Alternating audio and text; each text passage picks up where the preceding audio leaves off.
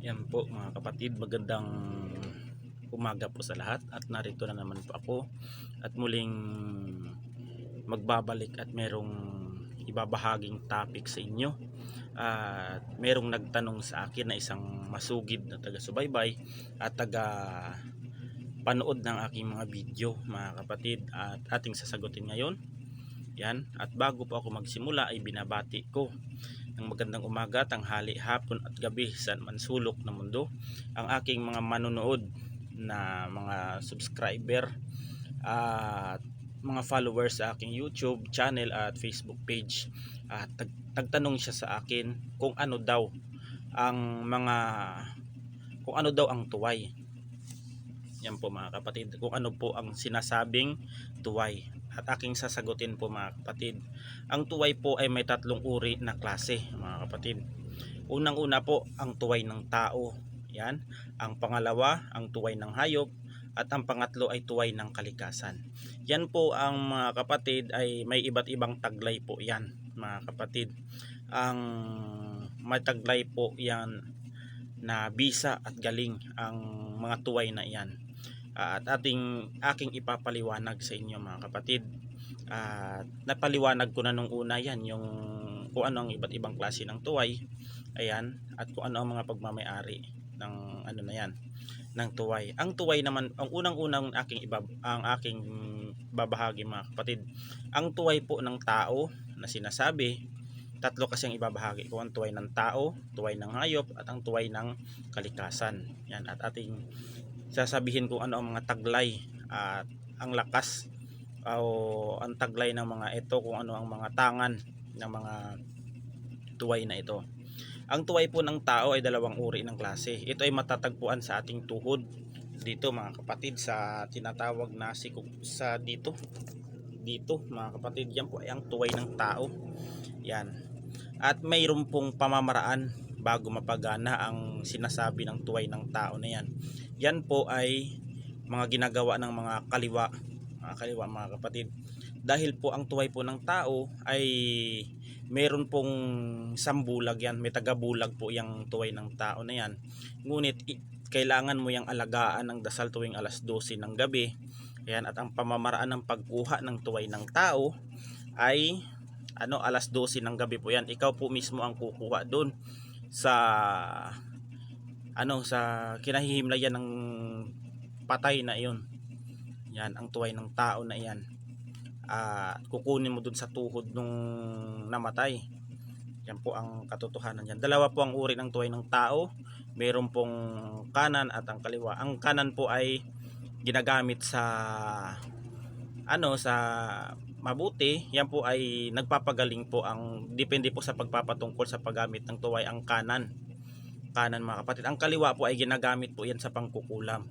Yan po ay ginagamit ng mga mangkukulam mga kapatid. Ang tuway na iyan ginagamit nila na upang utusan ang may-ari ng espiritu na iyon sa pamamagitan ng tuway, upang pinsalain ang kanilang ang kanilang gustong bigyan ng sakit o gustong pinsalain ng espiritu na may-ari ng tuway. Kasi kung ikaw ay mayroong kang tuway na tangan, yung kaluluwa ng espiritu o ng taong namayapa na yon ay nakasunod sa iyo dahil naandun sa iyo yung tuway.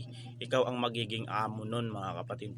Kung ano ang utos mo sa tuway na yun at sa amo na iyon, ay meron yung kapalit mga kapatid. Kung hindi ka marunong magdasal ng pamamaraan sa pag-alaga ng tuway, ay meron ding napapahamak ng iba. Meron din nadadamay ang pamilya. Kaya po hindi po basta-basta ang pagtatahak ng tuway ng tao. May mga rules po yan mga kapatid, ang pag-aalaga ng tuway ng tao niyan. Dahil yan po ay makakaliwa, hindi po makadyos yan. Dahil po kung sakaling kukuha ka ng tuway ng kaliwa at gagamitin mo sa panggagamot, napakalaking kalapastangan yun mga kapatid. Nagagamit ka ng tuway para makapagpapagaling. Hindi na ang Panginoon ang nagpagaling doon, ngunit ang espiritu ng patay ang nagpapagaling doon. Mali na ang tinahak mong landas, na walang karapatan ang walang karapatan ang kaluluwa ng patay na makapagpagaling ng tao. Kaya wag po tayong pagkapagsanguni doon o mag-alaga ng tuway. Kung ako sa inyo mga kapatid, mas maganda ang tips ko para sa inyo. Mas maganda na itangan ang tuway ng hayop o tuway ng kalikasan, mga kapatid. Ito na madadako tayo sa tuway na tinatawag ng hayop. Kaya po mga kapatid, ang tuway po ay meron pong iba't ibang klase ng tuway. Tulad po ng tuway ng kalabaw, tuway ng baboy ramo. Yan po ay kalimitan na ginagamit ng mga trabahador. Tulad ng mga sa construction, pag may mga lihim din ng mga matatanda dati na mga nakakausap ko na mayroon silang mga tangan ng tuway. Kasi po ang tao kasi na may tangan na tuway ng kalabaw, kahit anong trabaho po yan mga kapatid, kahit anong bigat po ang pasan nila, hindi sila napapagod. Dahil po meron silang tuway. Mga kapatid, meron silang tuway ng kalabaw, tuway ng baka, tuway ng tamaraw. Kasi po ang purpose po kasi ng tuway na iyon ng baka ay ano yon, sa lakas yun mga kapatid. Tignan mo ang baka, kahit anong bigat ay nakakaya niya kasi sa sobrang lakas mga kapatid. Kaya minsan yung mga tao may mga tangan ng tuway ng kalabaw ay hindi po napapagod kahit anong bigat ng trabaho, kahit ilang sako pang buhatin ng mga yan, kahit pagsabay-sabay yung pambuhatin ng mga yan, hindi po sila napapagod kasi po meron po yung mga tangan na mga ipinamana ng mga kanilang mga ng kanilang mga kanununuan na hindi sa totoo lang mga kapatid, hindi po naman talaga sinasabi ang mga ganyan. Kasi pag sinabi po kasi ng isang tao na ganun, lahat po magka-interesado po sila sa mga ganyang bagay mga kapatid. Ako sa totoo lang ay kung may mga nagre-request sa akin at aking i-share na hindi ko naman ikakayaman yung mga yan, pero gagamitin lang sa sa mabuti, wag lang sa masama mga kapatid, dahil meron pong balik yan. At sa tuway naman ng sa tuway naman po ng tinatawag na ng baboy ramo, yan po ay maganda po ang tuway ng baboy ramo sa bilis at liksi. Yan, bilis at liksi, maganda yan mga kapatid, lalong lalo na sa mga sa mga sundalo, sa mga scout ranger. Yan po ay magandang itatangan yung mga na yan, yung mga tuway ng baboy ramo, dahil yan po ay maila po sa gubat yan mga kapatid. Hindi mo basta-basta mahuhuli yan, mautak din yung mga baboy ramo na yan. Yan po mga kapatid, maliksi yan mga kapatid, mabilis. At yung tuway naman ng kabayo, ayun mga kapatid, mas maganda yan sa mga sa mga athlete sa athletics, tulad ng mga nagmamaraton. Yan ang tuway ng tuway ng tinatawag na tuway ng kabayo. Yan, maraming tuway mga kapatid sa kung tutuusin, marami ang tuway. Yan po ay kalimitan ng mga ginagamit dati na hindi sinasabi ng mga sinaunang tribo. Yan, may mga tribo, yung mga ninuno, mga ipugaw. Yan po ang mga kalimitang ginagamit ng mga, kunyari mga ganyan.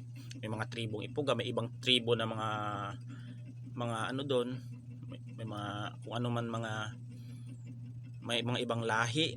Ayan, tulad ng mga Aita, ayan, mga Mangyan. Yan po ang mga ginagamit, kalimitan nilang ginagamit sa pangangaso. Yan, yung mga tuway ng hayop mga kapatid. Ang tuway na dadako tayo sa tuway ng kalikasan. Ang tuway po naman ng kalikasan, yan po ay galing sa ating sa mga bundok. Yan ang mga nag-aalaga naman yan ay mga engkanto. Yan, mga tuway na mga bilog, yan po ay mga galing sa mga gubat, sa mga kakahuyan, sa mga kuweba, kung saan man ninyo mapulot. Kasi ang mga ganyan sa tuway ng ng kalikasan ay bihira lang po ang tao na pagkakalooban ng mga yan, na mga taong may mga mabubusilak na puso ang pinagkakalooban ng mga yan. Kasi ang mga ang mga elemento, bago sila namamahagi ng mga ganyan, ay pinakikitaan, ibinabahagi ng mga ganyan sa mga taong busilak ang puso, dahil alam nila na ibibigay ng mga elemento na yan ang tuway ng kalikasan dahil alam niyang sa tama niya sa tama niya gagamitin ang tuway na iyon. Pero kasi iba mga kapatid, sa sobrang ang dami ng mga gamit utangan na meron sila na minsan na lang binibenta, yung iba ginagamit na sa masama. Depende kasi mga kapatid sa taglay ng tuway. Merong tagabulag, merong hindi makita ng kalaban. Marami mga kapatid ang ng tuway. Marami ang ng tuway mga kapatid, ang purpose at kung saan ito ginagamit, kung ano ang taglay nitong kapangyarihan at bertud. Yan po ang tuway, tatlong klase: tuway ng tao, tuway ng hayop, at tuway ng kalikasan. Ayan lang po mga kapatid. At sa nag-request akin, kung mapanood man ninyo ito, naway maliwanagan kayo. Ang advice ko lang, wag po kayong gagamit ng tuway ng tao dahil po masama po yun mga kapatid, ang tuway ng tao. Dahil pag hindi ninyo naalagaan ng dasal yan tuwing alas 12, may mga dasal kasi yan mga kapatid. Merong mga dasal. Pag ikay nagkamali dyan, ay ikaw ang sisingilin ng ng may-ari ng tuway na yan. Hindi ka papatutulugin. Minsan yung mga anak mo, yung mga pamilya mo nagkakasakit. Ganun yun mga kapatid. Hindi po basta-basta ang ng pag-aalaga ng tuway. At ang tuway po ay ginagamit yun ng mga ibang mangkukulam na para utusan ang espiritu na may-ari ng tuway upang bigyan ng pasakit ang mga kapatid, ang kanilang biktima. Kasi po sila yung magiging amo nun, yung yung naghahawak ng tuway. Yun ang yun susundin yun yung may-ari ng espiritu ng tuway, yung nagtatanga nun. Kumbaga siya yung amo. Parang din mga kapatid, parang tikbalang din. Pag mayroon kang buhok ng tikbalang, ay kung yung iutos mo dun sa tikbalang na yun at nasa iyo yung buhok nun, susundin yun. Parang kumbaga ikaw yung amo. Ayan ang katotohanan dyan mga kapatid. Kaya kung napakalawak po ng mundo ng espiritual mga kapatid, kung gustong aralin ninyo, ay mga kapatid, napakahiwaga ng mundo ng espiritual. Ayan lang po ang aking ang aking topic ngayon. At hindi po ako nakapag-reading mga kapatid dahil busy po ako ngayon. Yan, busy ako at marami akong ginagawa. At pupunta ako dun sa aking nanay ngayon, dun sa kapatid ko. Yan, at hanggang dito na lang mga kapatid, at God bless us all.